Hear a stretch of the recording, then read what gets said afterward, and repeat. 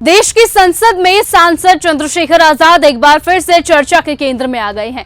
इस बार वजह है सिर्फ उनका संसद में प्रदर्शन नहीं, बल्कि बहन जी मायावती को लेकर उनका बदला हुआ रुख और 2027 चुनावों को लेकर किया गया बड़ा दावा। संसद का शीतकालीन सत्र चल रहा है, लेकिन हैरानी की बात यहां पर यह है कि सत्र हंगामे की भेंट चढ़ चुका है। कामकाज ठप है, जनता का पैसा बर्बाद हो रहा है और इसी बीच दिल्ली की हवा लोगों की जान पर भारी पड़ रही है। दिल्ली पूरी तरह से गैस चैम्बर बन चुकी है।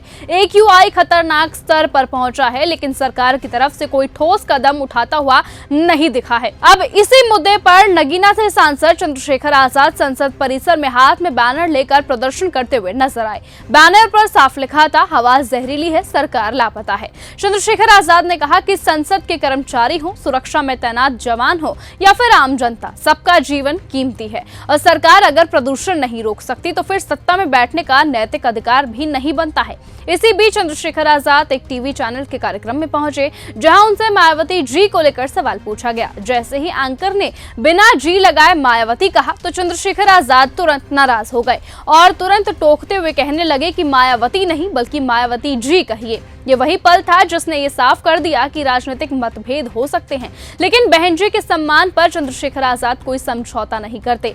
फोन कॉल को लेकर चल रही चर्चाओं पर भी चंद्रशेखर आजाद ने पहली बार खुलकर बातचीत की। उन्होंने साफ कहा कि अब वो बहन जी को फोन नहीं करते और पूरी तरह अपनी पार्टी यानी कि आजाद समाज पार्टी काशीराम को मजबूत करने में लगे हुए हैं। लेकिन इस बयान के साथ ही उन्होंने ये भी इशारा दे दिया कि राजनीति में दरवाजे कभी पूरी तरह से बंद नहीं होते। इसके बाद सबसे बड़ा बयान आया 2027 को लेकर। चंद्रशेखर आजाद ने पूरे आत्मविश्वास के साथ कह दिया कि 2027 के विधानसभा चुनावों में आजाद समाज पार्टी उत्तर प्रदेश की सबसे बड़ी पार्टी बनेगी। उन्होंने कहा कि 2024 लोकसभा चुनावों में पार्टी ने सिर्फ 2 सीटों पर चुनाव लड़ा और एक जीती और एक मजबूत प्रदर्शन किया। 27 में जाएंगे। आजाद समाज पार्टी बड़ी पार्टी होगी उत्तर प्रदेश की, आप देख लीजिएगा। और यही वजह है कि अब पार्टी के हौसले और ज्यादा बुलंद हो चुके हैं और रणनीति पहले से कहीं ज्यादा गंभीर है। ऐसे में अब सवाल यही है कि क्या 2027 में कोई बड़ा गठबंधन होगा? क्या मायावती और चंद्रशेखर आजाद कभी एक मंच पर साथ नजर आएंगे या फिर ASP अकेले दम पर सियासी मैदान में ऐसे ही उतरती रहेगी जैसे अभी तक उतरती हुई नजर आई है?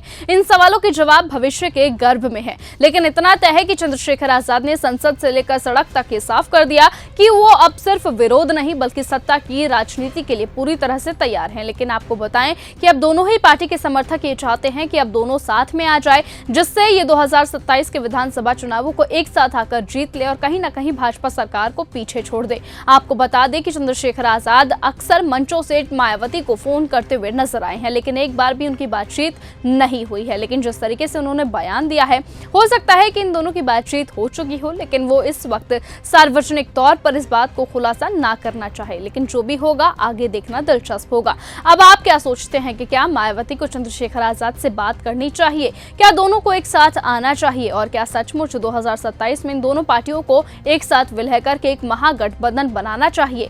जो भी होगा देखना दिलचस्प होगा। और अभी अगर इन दोनों पार्टियों ने एक साथ आकर अपना विलय कर लिया और एक गठबंधन बना लिया तो हो सकता है 2027 में भाजपा सरकार पीछे छूट जाए और कहीं ना कहीं योगी सरकार की टेंशन और ज्यादा बढ़ जाए। इसीलिए आप जो भी चाहते हैं अपनी राय कमेंट में जरूर दीजिए और आज की इस खबर में सिर्फ इतना ही। देखते रहिए और बने रहिए न्यूज गंगा के साथ। नमस्कार। अगर आपको यह हमारा वीडियो पसंद आया हो तो इसे लाइक और शेयर करना बिल्कुल ना भूलें। साथ ही हमारे चैनल न्यूज गंगा को सब्सक्राइब और फॉलो जरूर करें ताकि देश और दुनिया की हर बड़ी खबर आप तक सबसे पहले पहुंचे।